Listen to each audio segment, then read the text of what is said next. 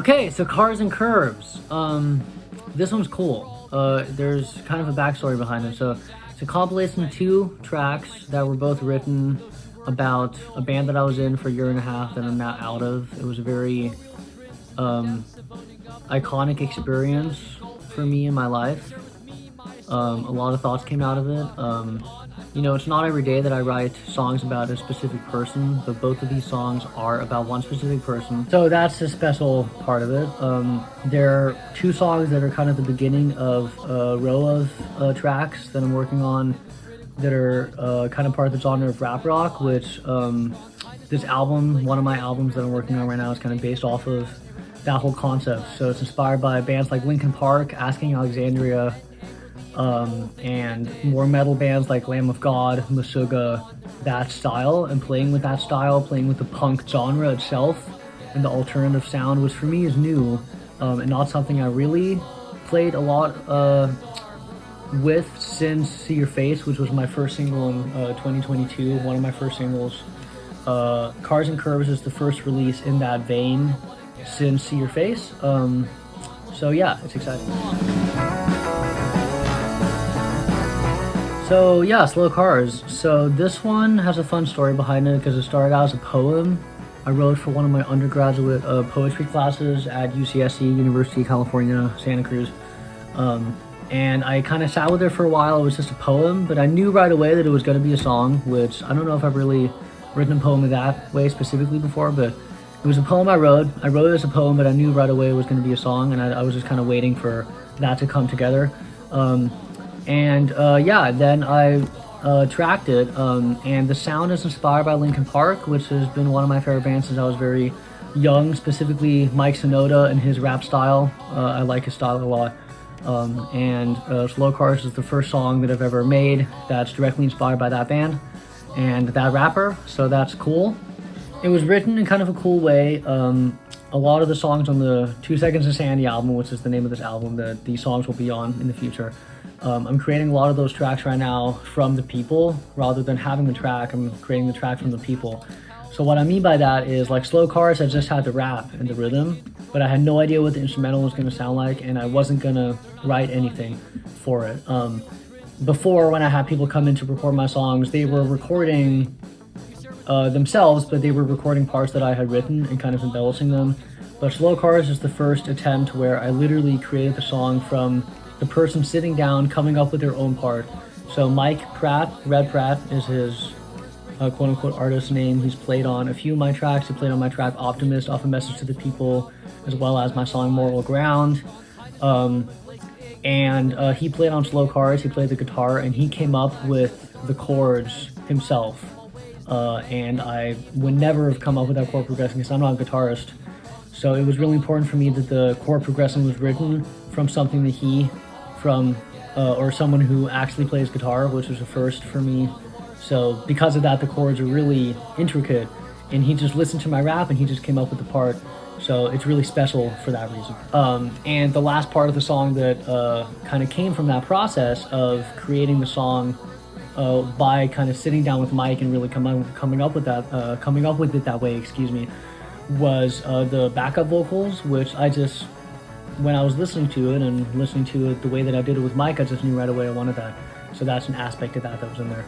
Okay, so the players. So first, I'll talk about Mike. He did the guitar, Red Pratt.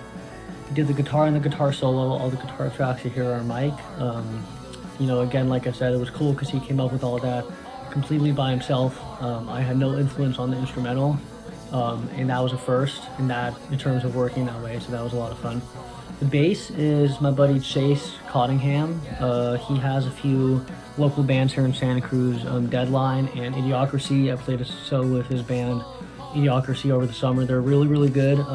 He's one of my regular collaborators. I've sessioned with them before, and I'm going to continue doing that again once in a while. They're really good friends of mine, him and his brother. I'm also working on a song right now with his brother, Shane, who's also a really good guitarist. That's going to be coming out later this year, which I'm looking forward to. So stay tuned for that.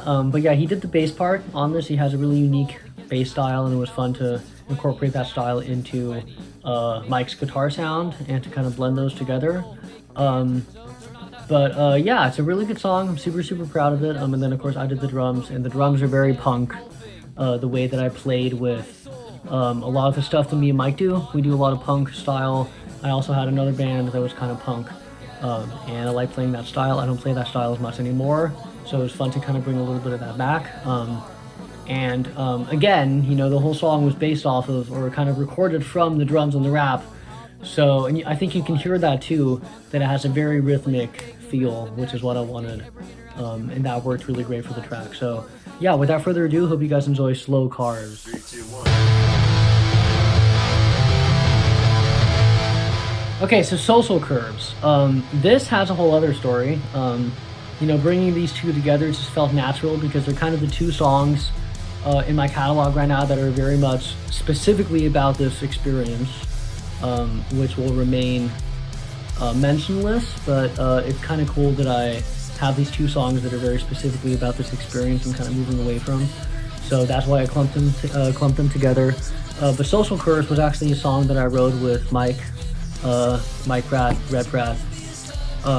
We have had kind of an on and off collaborative project happening this last year and a half with a lot of his music as well as my own music, kind of bringing that together. He's played on my songs, which some of you guys have heard if you guys listen to my music, and he also has originals of his catalog that I've written drums for and stuff, so we've kind of had this really cool collaborative thing going on and off. We haven't really played a show together as a band, but we have band material, and Social Curves was just one of the songs that we ended up writing together, and to this day is kind of the only song we've really written together traditionally, in the traditional sense.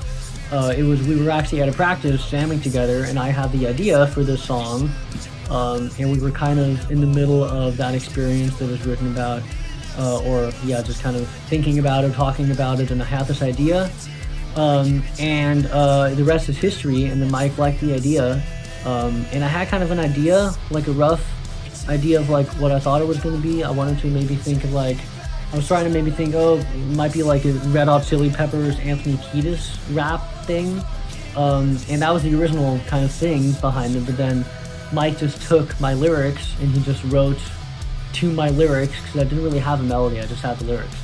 And that's never really happened, where I literally just had the lyrics, I didn't have anything else. I just knew, oh, these are really cool lyrics, maybe we could do something with this, and he just wrote to those lyrics. So the instrumental, the actual music part of the song is all Mike. I'm actually singing at the beginning, and then Mike also sings lead on this as well. But I am singing Mike's melody. So the only real influence I have on the song is the lyrics. And Mike actually changed some of the lyrics in the chorus too. So it's very organically our song. It's not just my song or just Mike's song. We wrote it together. It's a collaborative process, and I'm happy to say that I'm releasing it under my name, but it may or may not be released under maybe another name. If Mike and I decide to do that, maybe it will, maybe, who knows, but it's definitely like, I'm just doing that right now under my name, but it's very much our song. So that was fun. I haven't really written a song with like that with somebody in a very long time, not since before the pandemic, so it was a lot of fun to do that. And Mike and I have a great collaboration because we really accept each other's style, and we have a lot of fun with each other. We both have very different styles and kind of ideologies musically that we come from, but then at the same time we also come together in really nice ways. So because of that, it was really exciting. So that's kind of a little bit of the history. The production and the arrangement, again, it's a duet. It's very much traditional feature with Mike singing lead vocals on it and myself, and I really wanted that because it was our song from the very beginning. I always saw it that way, and I really wanted Mike to sing lead on it, and for a long time that didn't happen, and then we just got in the studio and recorded it, and then that's actually the first time we ever sang that verse was in the studio. So now that we have the studio version, maybe when we perform it again we'll actually be able to do it that way, which will be fun. But the production was actually Mike. Mike actually produced the song. I did not produce the song.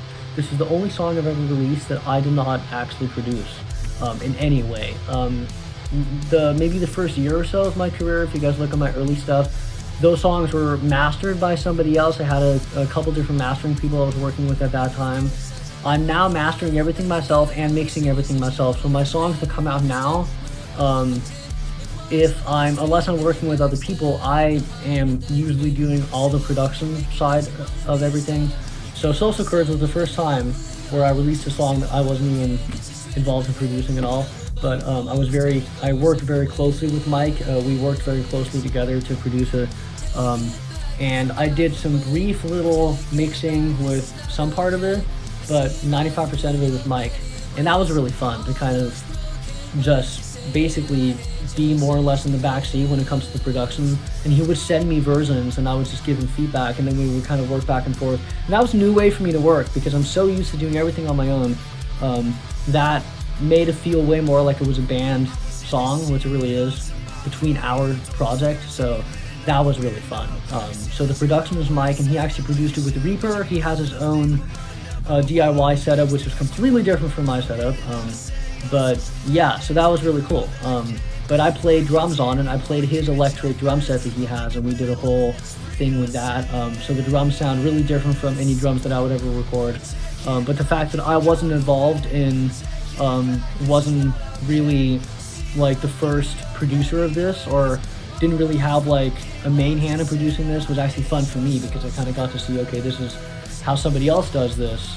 And being able to work that closely with another DIY artist was really fun.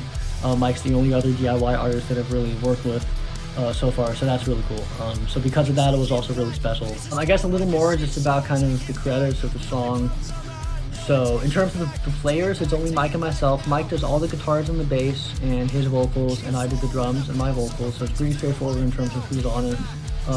But in terms of the credits, I was involved in writing the lyrics, as well as the backup part in the chorus you guys will hear. I came up with that, and the original idea, I guess, of the song more or less, and the title. But everything else was Mike, so we kind of had this really cool collaborative thing going because of that. So yeah, it's a really special, exciting project, and it's fun to kind of have release my first song that I officially wrote with somebody else. So without further ado, hope you guys enjoy Social Curves. Please check out Cars and Curves out everywhere now. I'm calling it a combo release because it's 2 songs, not technically an EP. I always think that an EP is usually 3 to 4 songs. Album, more than 4 or 5. I don't know if that's really the rule, but yeah, it's a combo release. So it's this Slow Cars and Social Curves, and it's dedicated to a very specific time in my life that I'm now happy to be moving away from. So psychologically, it's kind of exciting, but yeah, I hope you guys enjoy Cars and Curves out everywhere now.